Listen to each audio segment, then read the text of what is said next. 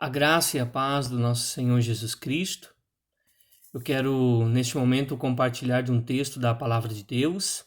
E se você tem a sua Bíblia aí junto com você e deseja acompanhar essa leitura bíblica, ela se encontra no livro do Apocalipse, capítulo 2, versículo 8 ao 11. E o texto da Palavra do Senhor nos diz assim: Ao anjo da igreja em Esmirna, escreve: Estas coisas diz o primeiro e o último, que esteve morto e tornou a viver. Conheço a tua tribulação, a tua pobreza, mas tu és rico, e a blasfêmia dos que a si mesmos se declaram judeus e não são, sendo antes sinagoga de Satanás. Não temas as coisas que tens de sofrer, eis que o diabo está para lançar em prisão alguns dentre vós, para ser dispostos à prova, e tereis tribulação de 10 dias. Sê fiel até a morte, e dar-te-ei a coroa da vida. Quem tem ouvidos, ouça o que o Espírito diz às igrejas. O vencedor de nenhum modo sofrerá dano da segunda morte. Amém? Essa é a leitura da Palavra de Deus. E baseado nela, então, vamos meditar a respeito daquilo que Deus tem colocado no meu coração. A mensagem ela tem como tema procurando compreender e entender a nossa fé. Por que disso, meus irmãos? Para você que está ouvindo esta mensagem. Nós já estamos vivendo alguns dias desta realidade que para nós tem sido algo bastante diferente, né? Dessa epidemia que tem se alastrado pelo mundo afora, mudada a realidade não apenas de alguns lugares, mas do mundo todo. Países inteiros têm sido afetados de uma forma direta, tanto pela questão daqueles que estão sendo acometidos pelo vírus, e mais do que isso, né, muitos estão ali, inclusive morrendo, principalmente ali nos países da Europa, mas também está mexendo com uma outra dinâmica da sociedade, que é a própria economia, né?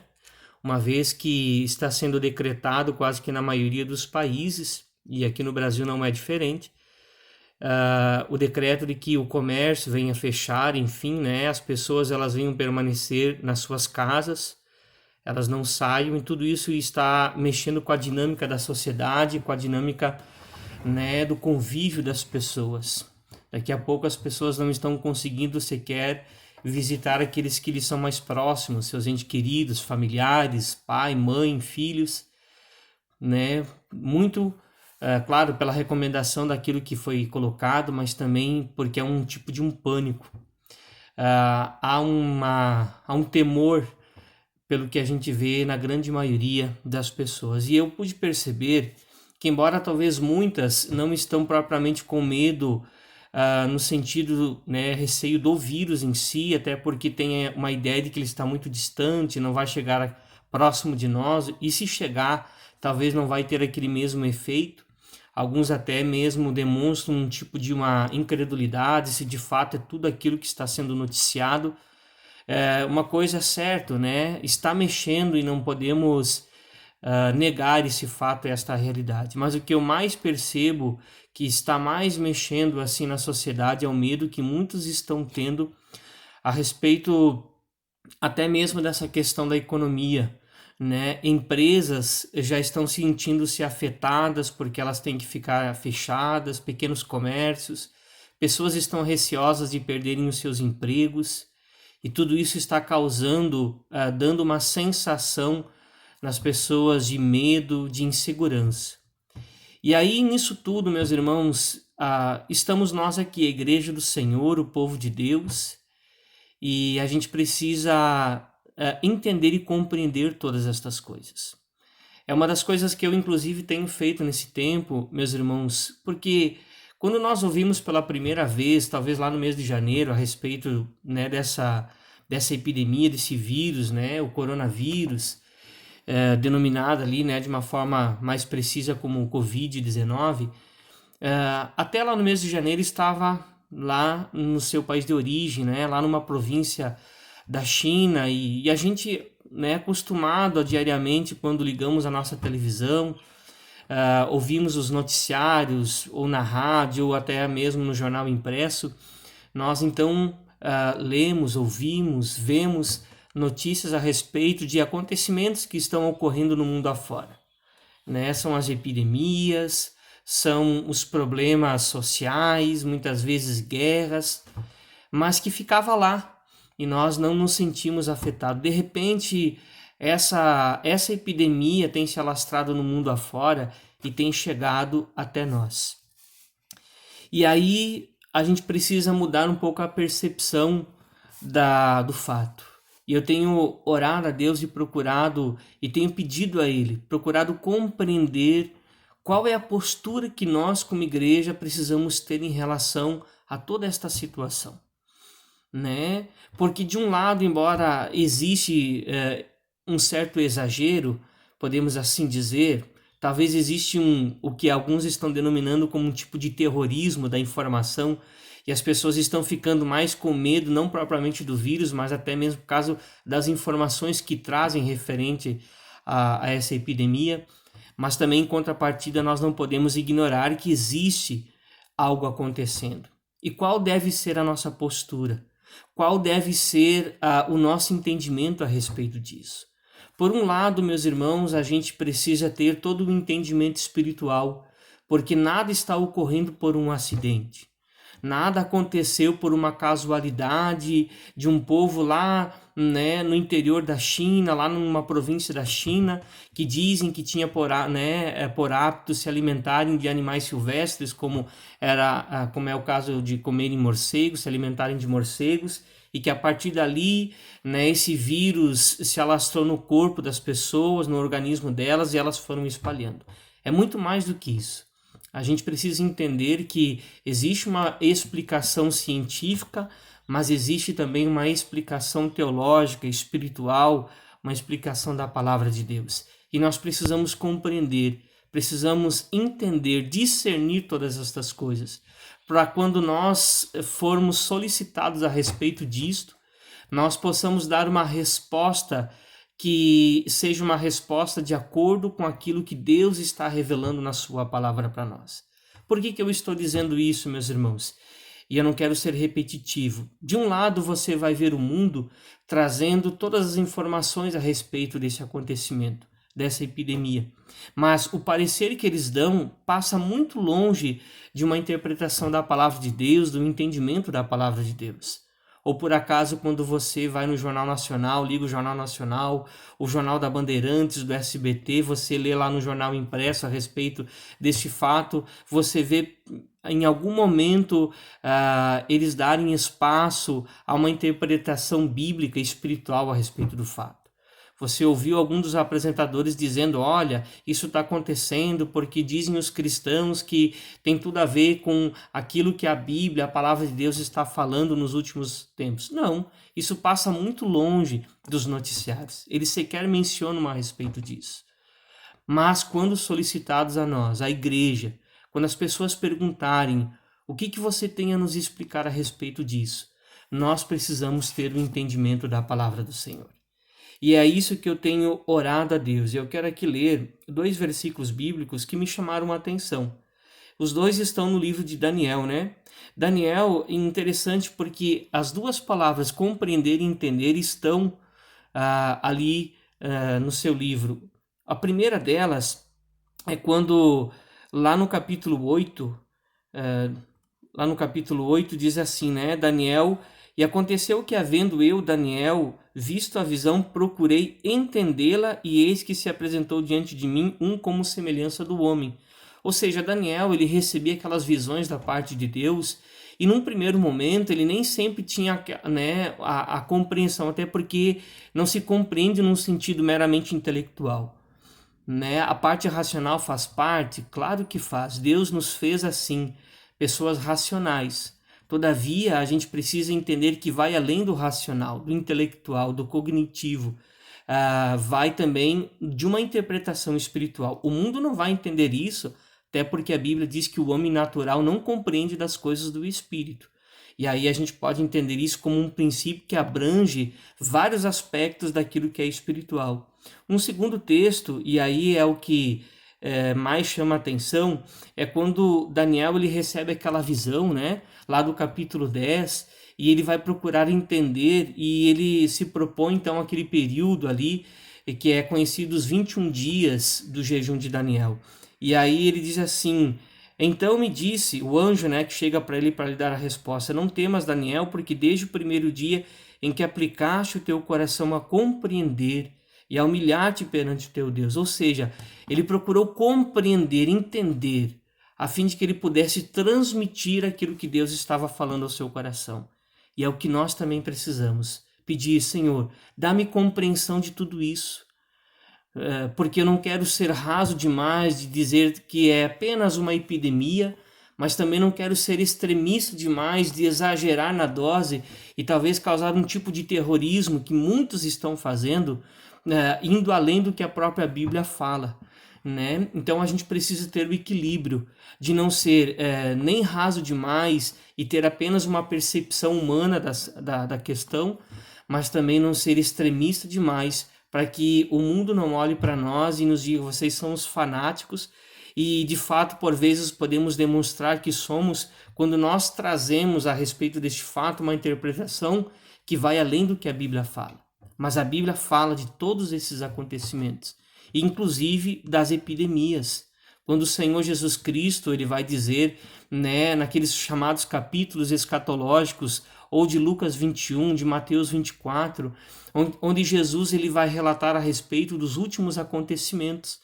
E aí lá, em especial no Evangelho de Lucas, quando lá no capítulo 21, em um dos versículos, eu não sei propriamente o versículo, mas não lembro agora, mas Jesus ele vai dizer a respeito dos sinais: guerras, rumores de guerra, nação contra nação, reino contra reino, terremotos, fomes e epidemias.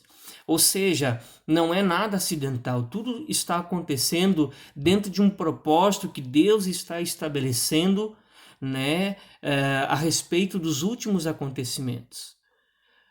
Essa epidemia ela veio para se somar a tantos outros acontecimentos que já estão ocorrendo e cada vez com mais frequência. Não se assuste que se daqui a pouquinho essa epidemia que hoje estamos vivendo, daqui a uns anos venha surgir outra, e a gente não está aqui querendo causar terrorismo, a gente está apenas sendo sincero daquilo que a própria Bíblia está nos alertando. No final desta mensagem, eu quero salientar o porquê de Deus ter revelado a respeito desses acontecimentos. Né? Deus, ele, quando traz a literatura escatológica, o seu objetivo era causar terrorismo, pânico na vida das pessoas? Não. O objetivo é justamente o contrário. Mas isso eu quero deixar mais para o final dessa mensagem.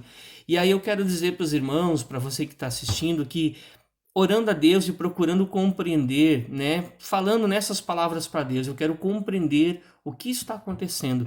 E aí me veio esse texto aqui, de Apocalipse, me veio ao coração, eu lembrei dessa passagem da carta que Deus enviou à igreja de Esmirna. Para que venhamos contextualizar esse conteúdo bíblico, ela está ali no livro do Apocalipse, e essa carta, ela se soma a outras 6 cartas que Deus, né, mandou através do profeta, né, do apóstolo João. Ele foi o profeta lá na ilha de Patmos, e Deus vai revelar a ele os acontecimentos que vão ocorrer nos últimos tempos. Mas antes ele vai então endereçar as 7 igrejas que estão numa província romana da época chamada Ásia Menor, onde ali estão 7 cidades. E nessas 7 cidades existem 7 comunidades cristãs. E dessas comunidades cristãs, uma delas é a igreja de Esmirna. Para todas as igrejas, Deus, ao falar com elas, vai mencionar, né, as suas virtudes, os seus acertos, mas também Deus vai mencionar os seus erros. Então, para as virtudes, é como se Deus ele expressasse um tipo de elogio, né? Para todas, Deus vai dizer: eu conheço a tua obra, eu conheço a tua realidade, né? Eu conheço o lugar onde você habita. E aí Deus vai trazer à tona as virtudes daquela igreja, mas também Deus vai trazer advertências a respeito de alguns procedimentos que as igrejas estão cometendo. Então, isso ocorre para 5 das 7 igrejas, mas 2 igrejas em especial existe uma característica toda peculiar. A igreja de Laodiceia é aquela igreja que não recebe nenhum elogio, ela só recebe advertência, exortação, né? A sua postura, o seu jeito de ser como igreja está completamente longe do propósito de Deus. E a igreja de Esmirna é no sentido contrário. Ela não vai receber nenhuma exortação, nenhuma advertência de algo que esteja errado, né, na sua prática. Mas pelo contrário, a gente vai perceber Deus como que apenas trazendo elogios, ou Deus expressando ali a sua realidade, mas também mostrando a sua virtude. E aí, por que desse texto, meus irmãos? Porque a gente está falando de compreender, de entender. Eu quero destacar essa palavra, compreender, entender, aplicando para a nossa vida, cristã nos dias de hoje, principalmente com essa realidade que estamos vivendo do Covid, né, da epidemia. Então, a primeira coisa que eu quero aqui destacar é baseado no versículo 8, quando diz: ao anjo da igreja em Esmirna escreve, estas coisas diz o primeiro e o último que esteve morto e tornou a viver. O que nós podemos tirar desta expressão? Conhecer quem é o Deus que você serve. Ou conheça quem é o teu Deus, compreende quem é o teu Deus. É interessante porque aqui Jesus ele vai se identificar com essa expressão: eu sou o primeiro e eu sou o último. E existem expressões equivalentes no restante da Bíblia, inclusive no livro do Apocalipse, que são essas, né? O alfa e o ômega, o princípio e o fim.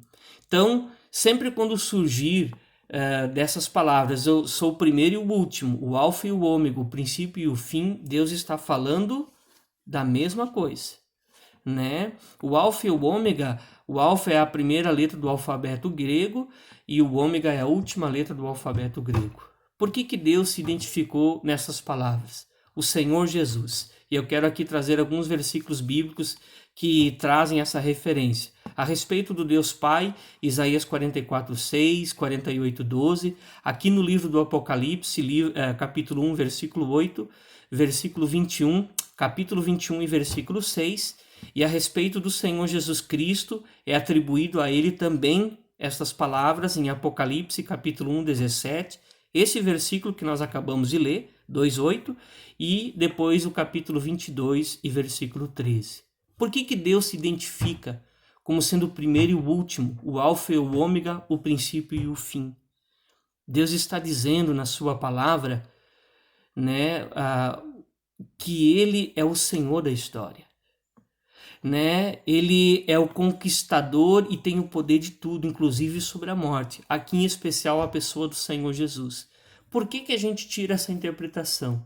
Porque quando Deus diz eu sou o primeiro, o último, ele está dizendo assim: eu sou o primeiro, eu sou o último. Eu sou o princípio, eu sou o fim. Eu sou o alfa, eu sou o ômega. Fora de mim não existe nada. Fora de mim não existe história, não existe realidade.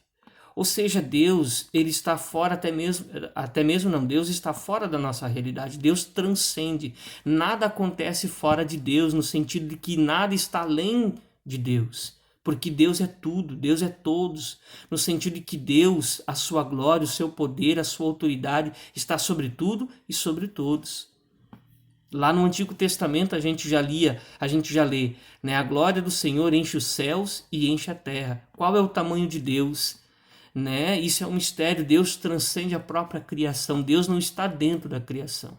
E quando Deus está dizendo para a igreja de Esmirna, eu sou o primeiro e eu sou o último, em especial aqui usando dessa expressão, Jesus está dizendo: não se preocupem, porque nada foge do meu controle. Eu sou o Senhor da história. Eu sou o condutor da história. Nada ocorre além dessa história que eu estou escrevendo, eu estou conduzindo. Então, o que Deus está dizendo para nós é que nós tenhamos ali a compreensão de que Ele tem o controle de tudo e nada fugiu da sua capacidade de controle. Porque, por vezes, né, a concepção humana coloca Deus de lado. A concepção humana diz que Deus não faz parte deste negócio, né? Ou tipo assim, que Deus sequer existe, isso é uma casualidade. A ciência, né, principalmente aquela ciência que não crê na existência de Deus, de um ser superior, porque existe a ciência, os cientistas que já dizem não existe, né, um ser superior que está na direção de tudo isso. Mas aquela ciência que é propagada muitas vezes, que faz prevalecer a sua narrativa, é que Deus não existe nessa história. Que tudo são coisas, são fatos que estão limitados a esse planeta, e a gente sabe que não. Ou seja, Deus está dizendo, eu sou o Senhor da história, eu sou o condutor de tudo. Então, de um lado, a gente precisa ter esse entendimento para não cair na narrativa humanista. Em contrapartida, a gente precisa também, sendo nós pessoas de fé, de achar que Deus não é alguém que está como que lá no céu, como que desesperado, tentando controlar tudo isso e não consegue. E Deus dizendo, como é que eu deixei acontecer essa epidemia agora? Não, tudo está acontecendo dentro do propósito de Deus. E aí, quando Deus vai falar para a igreja de Esmirna, eu penso que esse versículo é quase como uma introdução daquilo que ele vai abordar no restante da carta, né, no conteúdo dessa carta. É como se aquilo que Paulo já tinha dito lá em Romanos 8:28, todas as coisas cooperam. Ou seja, todas as coisas cooperam para o bem daqueles que amam a Deus. Nada é por um acaso. E nós, igreja, precisamos ter essa compreensão. Quem é o Deus que você serve? Quem é o Deus que nós servimos? Amém? Então, que Deus possa ministrar ao seu coração, porque por vezes o mundo diz, né, dando o seu parecer, ignorando Deus, como se Deus não existisse. Mas em contrapartida, nós cristãos não podemos também afirmar que cremos em Deus. Estamos como que desesperados achando que Deus perdeu o controle de tudo isso. Não. Deus está no início, Deus está no fim. Ele é o primeiro, ele é o último. Ele é o condutor, o controlador, aquele que escreve a história. Penso eu que quando ele usa da palavra o alfa e o ômega, né? Eu não sei, eu confesso que eu não sei se tem esse propósito quando Deus usou dessa expressão usando, né, as letras do alfabeto grego. É como se Deus dissesse, sou eu que estou escrevendo a história. Dentro desse alfabeto eu componho todas as letras, inclusive eu sou a primeira e a última. E tudo que está sendo escrito pela minha vontade soberana. Eu sou Deus soberano, o condutor de tudo. Amém? A segunda questão que a gente precisa entender, e aí, claro, não voltando agora para nós, mas daquilo que eu interpretei do texto, é Deus conhece a nossa realidade, usando dessa expressão, Deus compreende a nossa realidade, que é a palavra-chave que a gente está usando para a nossa interpretação. Por quê? Lá no versículo 9, Deus diz assim, eu conheço a tua tribulação e a tua pobreza, mas tu és rico. A blasfêmia dos que a si mesmos se declaram judeus e não são, sendo antes sinagoga de Satanás. Ou seja, Deus está dizendo assim, né? Eu conheço a tua realidade. Eu compreendo aquilo que você está passando. Ou seja, quando eu orava e pedia a Deus, Senhor, dê-me compreensão de tudo isso, uma palavra que veio ao meu coração, empatia. Ou seja, por que empatia, meus irmãos? Qual é o significado do conceito de empatia? Empatia é você entender o outro, é você se colocar no lugar do outro, é você enxergar pela perspectiva do outro. Então você vai entender o sofrimento do outro, até mesmo você vai compreender as limitações do outro, porque você se coloca no lugar dele. E eu assim interpretei dessa forma, Deus se colocando no lugar da igreja de Esmirna. Deus está dizendo para eles assim, eu não estou indiferente à realidade de vocês. Eu conheço a história de vocês. Aliás, essa palavra conhecer, ele vai dizer para todas, né? Conheço as vossas obras. Mas é interessante que para Esmirna ele não diz eu conheço as tuas obras. Deus diz assim, eu conheço a tua realidade. Eu sei da tua realidade. Eu sei que você é uma igreja pobre. E o termo pobreza aqui, primeiro ele diz, né, eu conheço a tua tribulação. Ou seja, a igreja estava passando por um período de extrema dificuldade, lutas. Dizem que a cidade de Esmirna era uma cidade portuária, relativamente próspera, mas que a comunidade cristã ali era uma comunidade pobre. E aí Deus está dizendo assim, eu conheço a tua tribulação e a tua pobreza. E o termo pobreza é um entendimento meu, é como se fosse além do que é ser pobre. Pobreza é o extremo do ser pobre. Pobreza vai além. E Deus está dizendo: eu conheço a tua pobreza. O que Deus está dizendo é: eu estou vendo toda a realidade que está sendo causada por causa dessa epidemia. Deus não está indiferente, Deus não é um ser frio que está contemplando toda esta realidade e ele não está nem aí, não. Eu conheço, eu compreendo. E aí Deus, ele fala para nós, para que tenhamos nós a mesma atitude. Nós precisamos ter a empatia, porque é justamente isso que eu tenho falado. Para que não venhamos nós, quando solicitados a respeito do que nós estamos achando disso tudo, não venhamos dar um parecer meramente humanista, porque o parecer humanista, meus irmãos, é aquele parecer que diz assim, né? A gente ouve muito isso nos filósofos, nos pensadores, daqueles que muitas vezes professam até que Deus não existe. Cada um tem o direito de expressar o que sente, o que pensa, o que entende a respeito das questões da vida. Beleza, amém? Mas a gente sabe que existe uma filosofia humanista que tenta fazer do mundo um paraíso. Então é um mundo onde não vai existir mais guerras, é um mundo onde não vai mais existir sofrimento, é um mundo onde não vai existir mais epidemias, se elas existirem, todos terão alcance aos bens, né, de cura. Enfim, um paraíso onde não haverá mais violência, onde não haverá mais injustiça social. Esse mundo é uma utopia, esse mundo não existe, sabe por quê, meus irmãos? Porque o mundo, a palavra do Senhor diz que o mundo jaz no maligno. A palavra do Senhor diz que o ser humano, na sua condição natural, ele não é uma pessoa boa. Embora a gente ouve muito isso. Ah, eu sou uma pessoa de bem, eu sou uma pessoa boa. Não. A palavra do Senhor, ela vai trazer uma revelação justamente no sentido contrário. O apóstolo Paulo, quando escreve aos Romanos, ele vai trazer a realidade, né, do ser humano, da humanidade na sua condição natural. Todos pecaram, todos carecem da glória de Deus, todos estão afastados, todos estão na condição de pecadores. Então isso faz parte da essência do ser humano, o egoísmo, a vaidade, o orgulho, a inveja. Você acha que é possível você construir o paraíso dentro dessa realidade que é o ser humano? Então é uma utopia.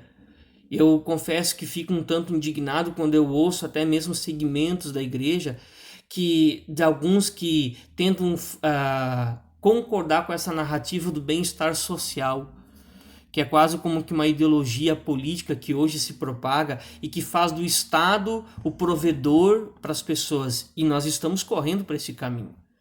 Tudo sugere que o anticristo será um governo mundial, onde ele representará o Estado provedor de todos os bens que a humanidade precisa. E ele vai tentar promover esse bem-estar social mundial. Isso até em certo sentido pode ocorrer e de fato vai ocorrer. Mas a palavra do Senhor diz que o verdadeiro paraíso apenas vai ocorrer quando Jesus voltar e buscar a sua igreja. Amém? Quando Jesus Cristo voltar, buscar e levar o seu povo, e eu não quero aqui entrar nos méritos do milênio, não. Eu quero recorrer lá no final do Apocalipse, quando a palavra do Senhor diz que ali então, na Nova Jerusalém, não haverá mais morte, nem pranto, nem dor, nem choro, porque todas essas coisas se passaram. Deus, ele diz: eis que faço nova todas as coisas. Tudo passou. Tudo vai passar. E ali Jesus Cristo vai ser aquele quem vai então reinar sobre nós. Na Nova Jerusalém, no novo céu, na nova terra. Mas enquanto isso, neste mundo, é uma utopia. Mas o que eu quero dizer com tudo isso? Você pode não mudar o sistema, porque achar que pode mudar o sistema é um erro. Mas você pode salvar pessoas desse sistema. Você pode ser um instrumento de Deus para que neste momento, por exemplo, da epidemia, muitos quando talvez vão recorrer a ti, você possa ser um instrumento de Deus para trazer a palavra certa ao coração daquela pessoa. Para trazer uma palavra, uma revelação da palavra de Deus, né? Uma mensagem bíblica, uma mensagem profética para o coração daquela pessoa. Mas sempre procurando compreender. E dentro dessa compreensão precisamos ter a empatia. Para que de um lado